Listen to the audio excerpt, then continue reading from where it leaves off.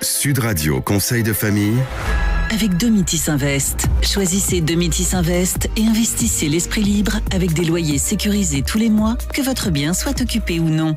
Bonsoir à toutes, bonsoir à tous, bonsoir Stéphane Moller. Bonsoir Olivier. Heureux d'entamer une nouvelle semaine dans votre compagnie, associée, rappelons-le, au sein du cabinet VIA. Ce soir, à l'instar de Gilles, Véronique, Sylvie, nous avons de très nombreux internautes, auditeurs, auditrices de Sud Radio qui s'inquiètent de l'effondrement du prix du Bitcoin et qui vous demandent ce qu'il convient de faire. Alors, petit rappel, que s'est-il passé et surtout, comment peut-on les aider ? Eh bien, ce qui s'est passé, c'est d'abord et avant tout que le marché a énormément monté, presque 2000% en un an.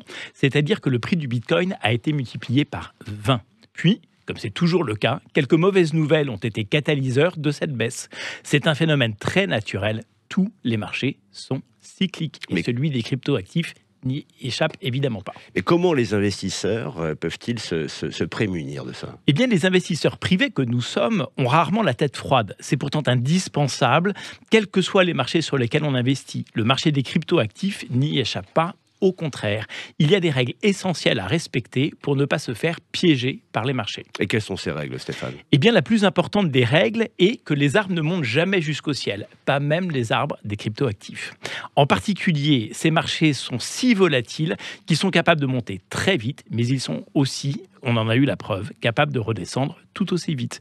Il faut donc savoir prendre des bénéfices au fur et à mesure de la montée. Ouais, mais c'est très frustrant, Stéphane, de vendre quand ça monte. C'est frustrant de vendre quand ça monte, c'est pourtant absolument indispensable et c'est de toute façon beaucoup moins frustrant que de voir son portefeuille fondre comme neige au soleil sans avoir pris de bénéfices. Oui, pour le moins. Et quelle est la seconde règle, Stéphane ? Eh bien, savoir prendre les marchés à contre-pied. Regardons ce qui s'est passé sur le marché du Bitcoin. Attirés par les profits, les particuliers ont commencé à acheter du Bitcoin quand les cours étaient déjà très hauts, dans ce que l'on appelle l'euphorie du marché.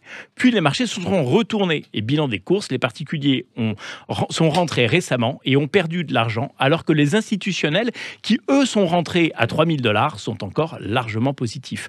Ce sont d'ailleurs eux, ces institutionnels, qui ont vendu du Bitcoin à 60 000 $ aux particuliers. Et aujourd'hui, dans la baisse, ces particuliers paniquent, revendent, et ce sont les institutionnels qui rachètent à bas prix et qui vont à nouveau s'enrichir dans les prochaines hausses. Les investisseurs débutants prennent souvent les marchés à l'envers au profit des institutionnels. Ouais, mais c'est imparable. Comment on peut se prémunir contre ça ? Eh bien, il y a plusieurs règles. 1, il ne faut jamais investir de l'argent dont on peut avoir besoin à court terme. Plus les marchés sont volatiles et plus cet adage est important. 2, il faut être patient.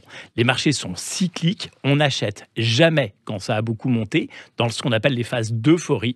On achète quand ça vient de tomber, après un petit crack par exemple. Est-ce que vous êtes en train de nous dire, Stéphane, qu'il faut acheter du Bitcoin maintenant ? Alors, je n'ai certainement pas dit ça et je suis incapable de dire si le marché a fini de baisser ou pas. Mais ce qui est certain, c'est qu'il est préférable d'acheter du Bitcoin à 30 000 $ qu'à 60 000. Ouais, je comprends, mais quelle est la bonne méthode alors ? Eh bien, investir une toute petite partie de ses économies chaque mois est par exemple une très bonne méthode. Acheter un peu plus quand ça vient de beaucoup baisser et revendre un peu plus quand ça monte. Mais surtout, limiter ses investissements à ce que l'on peut se permettre de perdre. Merci pour ce conseil précieux autant qu'avisé, Stéphane Moller. Chronique à retrouver en podcast, sudradio.fr. On se retrouve demain, toujours ici. À demain, Olivier. C'était Sud Radio Conseil de famille. Avec Domitis Invest. Choisissez Domitis Invest et investissez l'esprit libre avec des loyers sécurisés tous les mois, que votre bien soit occupé ou non.